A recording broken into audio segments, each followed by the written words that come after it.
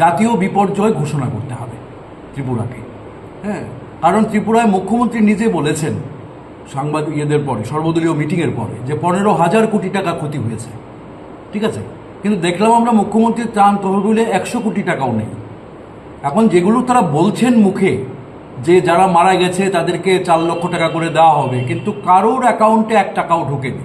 শুধু 10,000 টাকা যেটা তাদের সৎকারের জন্য দেওয়া হয়েছিল, তারপর আর 1টি টাকাও তারা পায়নি। যারা ই শ্রম কার্ড বা অসংগঠিত ক্ষেত্রের শ্রমিক, তাদের 4,000 টাকা দেওয়া হবে, এটা এখনও ঢোকেনি। যারা কৃষক, যাদের জমি নষ্ট হয়ে গেছে সম্পূর্ণভাবে, কৃষকদের এই জমি সে নতুনভাবে জল নেমে গেছে, এখন চিত্রটা পরিষ্কার। তো কাজে এখন তাকে যে জমি আবাদ করার জন্য যে পয়সাটা দরকার, সেই টাকা এখনও ঢোকানো হয়নি।